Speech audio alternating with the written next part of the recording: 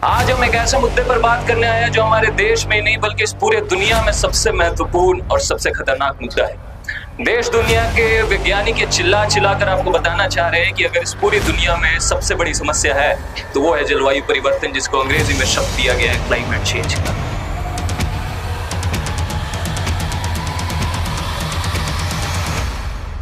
ये जलवायु परिवर्तन इतना खतरनाक है कि आपको और आपकी पूरी पीढ़ी को खत्म करने की औकात रखता है, ताकत रखता है।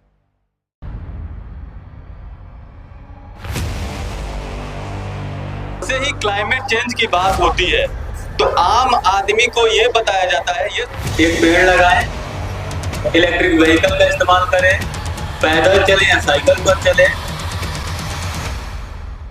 प्रभात, आशा करते हैं कि आप सभी ठीक होंगे। हालांकि ये बात मुझे पता है कि आप पिछले आधे घंटे से खड़े हैं। काफी लोग बिना घर से खाए यहाँ पर आते हैं, काफी लोग कमजोरी का शिकार हैं और काफी लोगों के पैर भी दर्द कर रहे होंगे।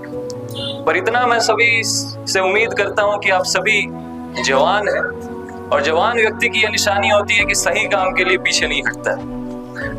चाहे आपने खाना नहीं खाया है, हो सकता है आप भूखे हो, या फिर हो सकता है कि आप पैरों में दर्द हो रहे हो, लेकिन एक चीज तो तय है कि आज हम जो बात करने आए हैं उसको सुन के अगर आप जाते हैं तो आपके जीवन में बदलाव आना एक निश्चित सी बात हो जाती है।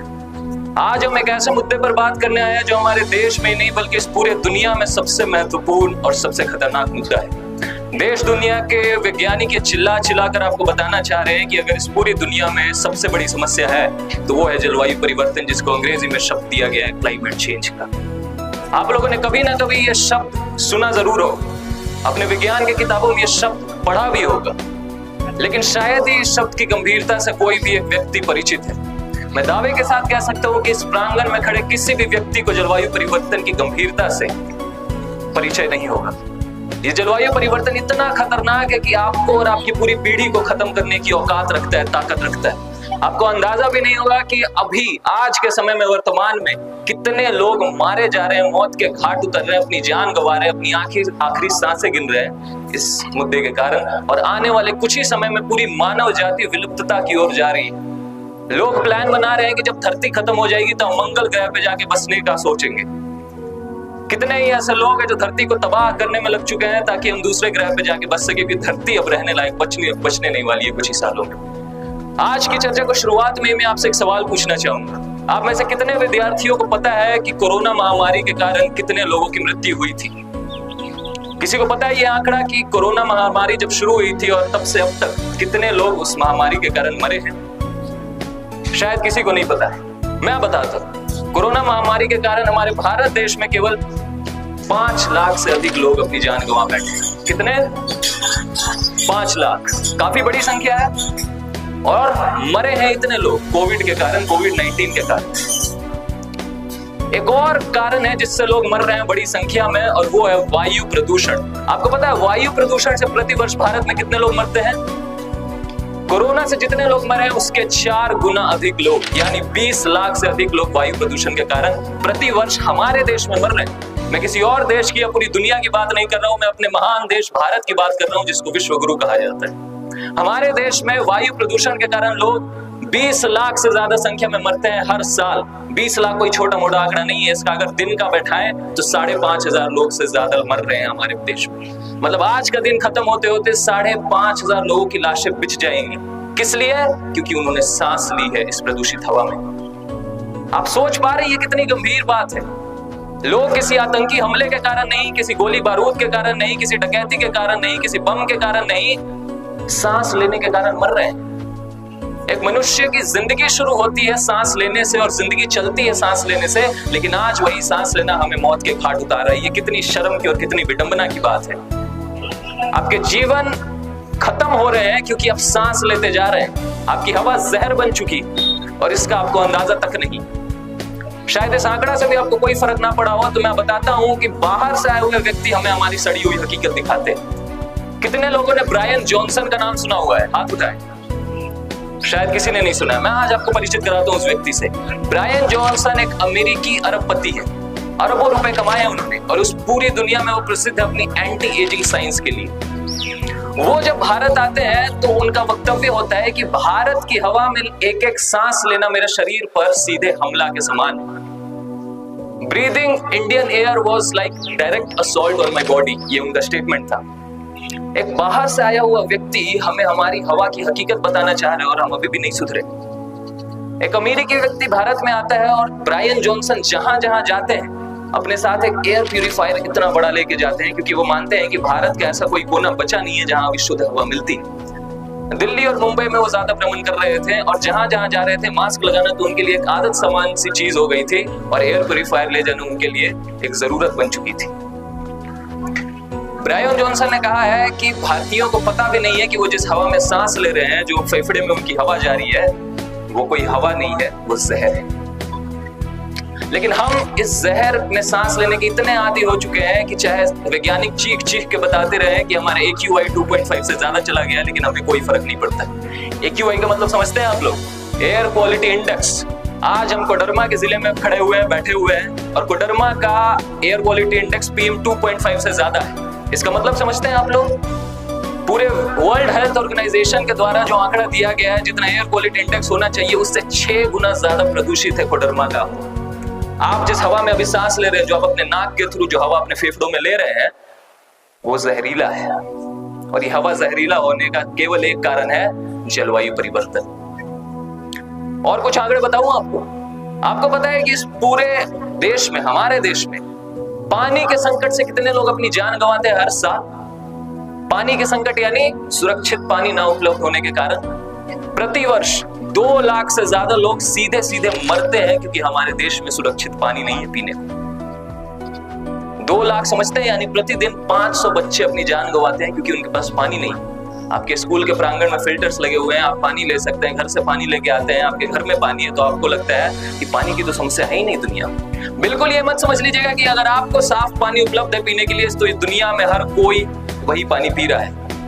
घूमिए, भ्रमण करिए और जाके देखिए कि देश में ही हमारे ऐसे कितने कोने हैं, कितने राज्य हैं जहाँ पानी की संकट इतनी है कि लोग टंकी ले लेके जाते हैं टैंकर से पानी लेने के लिए। अभी बेंगलोर में 2024 में जो पानी की संकट आई थी, आपने देखा होगा कि लोग कीड़े मकोड़ों की तरह लाइन में लगे हुए हैं साफ पानी लेने के लिए।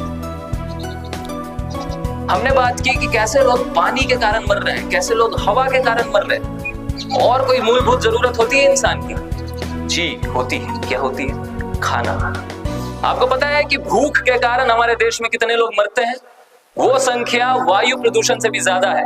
25 लाख से ज्यादा मनुष्य भारतीय अपनी जान गंवाते हैं हमारे देश में प्रतिवर्ष। क्यों? क्योंकि उनके पास खाना नहीं है खाने को। भारत एक कृषि प्रधान देश है। भारत जाना जाता है अनाज पैदा करने के लिए, एग्रीकल्चर के लिए। जो देश खेती के लिए जाना जाता है, उस देश में लोग भूख के कारण मर रहे हैं। जिस देश की पहचान ही है कि वो सबसे ज्यादा अनाज उपजाता है, उसी देश में लोग 2 टाइम का खाना नहीं खा पा रहे। ये कितनी विडंबना और कितनी शर्म की बात है। हमें आत्महत्या करने के लिए इससे ज्यादा और कोई कारण चाहिए नहीं है। हमारे देश के हमारे भाई बहन भूख से, प्यास से और हवा लेने के कारण मर रहे हैं।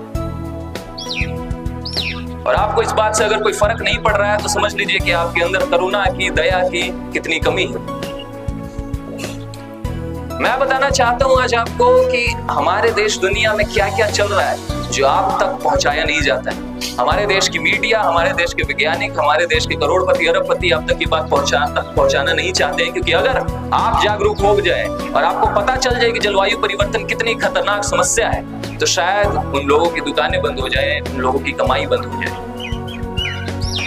आपको पता है कि जलवायु परिवर्तन का सबसे बड़ा कारण क्या है? जी हाँ, मैं बात कर रहा हूं जनसंख्या, पॉपुलेशन। कहीं ना कहीं से आपने तो सुना ही होगा कि जितने ज्यादा मनुष्य होंगे हमारी धरती उतनी ही ज्यादा तबाह होती जाती है। लेकिन इसके पीछे का विज्ञान पता है आपको? इसके पीछे का तर्क पता है कि अगर ज्यादा मनुष्य होंगे तो किस प्रकार से हमारी धरती तबाही की ओर बढ़ रही है? आज मैं आपको बताता हूं। जितने ज्यादा मनुष्य होंगे उतनी ज्यादा सांसें लेंगे, ज्यादा सांस लेंगे यानी ज्यादा हवा चाहिए, यानी कि हवा पे दबाव। उन्हें पीने के लिए ज्यादा पानी चाहिए, यानी कि नदी और तालाब पे दबाव। उन्हें खाने के लिए खाना चाहिए, यानी खेती पे दबाव, जंगलों पे दबाव।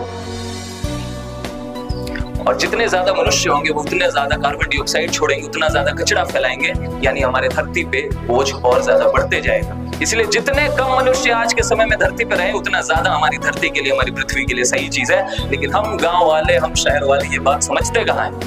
अगर हमसे कोई कहता है कि आप बच्चे कम पैदा करिए या बच्चे ना पैदा करिए तो हम उस पर खिल्ली उड़ा देते हैं, मजाक बना देते हैं, लेकिन वो व्यक्ति जो बात कह रहा है वो हमें बचाने की बात कह रहा है। आज बच्चा पैदा करना एक अधिकार नहीं है बल्कि अपराध है। अगर आप बच्चा पैदा करते हैं तो ये एक अपराध के समान है, भले ही सरकार इसको कुछ भी मानती है।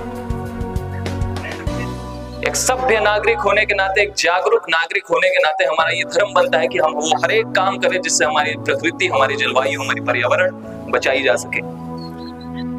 आज पूरे दुनिया में बाढ़ की समस्या और सूखे की समस्या इतनी प्रचलित हो चुकी है कि ना जाने कितने लोग पानी में डूब डूब कर मर रहे हैं। यहाँ तक कि हमारे भारत में ही साइंटिस्ट द्वारा दिया गया आंकड़ा है कि 2030 आते आते भारत के जो तटीय शहर हैं, जिसमें कोलकाता आता है, मुंबई आता है, चेन्नई आता है, विशाखापट्टनम आता है, ये सभी साफ हो जाने वाले। कैसे साफ हो जाने वाले? रातों रात बाढ़ की लहरें आएंगी और सारे शहर को डुबा के ले जाएंगी। समझ रहे हैं? कभी आपने देखा है किस व्यक्ति को पानी में डूबते हुए मरते हुए? किस प्रकार से मरते हैं, किस प्रकार से तड़प होती है मरने की। वो पूरे शहर को लोग इस प्रकार से मरने वाले हैं। आप देख रहे होंगे कि पहले गर्मी मई जून के महीने में आती थी, लेकिन अब मार्च के महीने में ही सिर पर चढ़ जाती है गर्मी, है ना? प्रति वर्ष गर्मी बढ़ते जा रही है। आंकड़ों की माने तो 2024 पूरे विश्व के इतिहास में सबसे ज्यादा गर्म साल रहा है। मतलब 2024 में जो गर्मी पड़ी है वो पूरे अतीत की रिकॉर्ड तोड़ गर्मी पड़ी। पूरे मानव जाति के इतिहास में इतनी गर्मी कभी नहीं पड़ी किसी साल में जितना 2024 में गर्मी पड़ी थी। अब बढ़ते हैं समाधान की। अब हमें क्या करना है अगर इस समस्या से टैकल करना है? तो आम आदमी को यही बताया जाता है कि आप एक पेड़ लगाएं, इलेक्ट्रिक व्हीकल का इस्तेमाल करें, पैदल चलें या साइकिल पर चलें। लेकिन आपको क्या ये पता है कि आम आदमी जितना कार्बन इमिशन करता है एक साल में, वो कुल मिलाकर के 2 टन करता है। कितना करता है? कितना करता है? 2 टन। और जो नेता, अभिनेता, वो सेलिब्रिटी, जो बड़े बड़े बिजनेसमैन है, उद्योगपति है, वो कुल मिलाकर के साल भर में 100 टन कार्बन इमिशन करते हैं। हम लोग कितना करते हैं? वो लोग कितना करते हैं? 100 टन। सबसे बड़ा जो कारण है, जो लोग योगदान दे रहे हैं हमारे क्लाइमेट चेंज को बढ़ावा देने में, वो कौन है? सेलिब्रिटी। और कौन है? जो हमारे बड़े बड़े बिजनेसमैन, उद्योगपति। बात समझ में आ रही है? Loudly yes no. सिर्फ और सिर्फ पेड़ लगाना काफी नहीं है, उसके साथ साथ हमें वैसे लोगों का समर्थन देना कम करना होगा जो कार्बन इमिशन ज्यादा कर रहे हैं। क्या करना होगा? ऐसे लोगों का समर्थन देना बंद करना होगा जो हमारे समाज में गंदगी फैला रहे हैं, कार्बन इमिशन ज्यादा कर रहे हैं। ऐसे लोगों का कम सहयोग करना बंद करना होगा। उन लोगों को आगे बढ़ाना होगा जो हमें और हमारे समाज को जागरूक करने में मदद करते हो। ये सब भी काम करना होगा, तब हम कहेंगे कि नन्ना मुन्ना राई हो देश का सिपाही।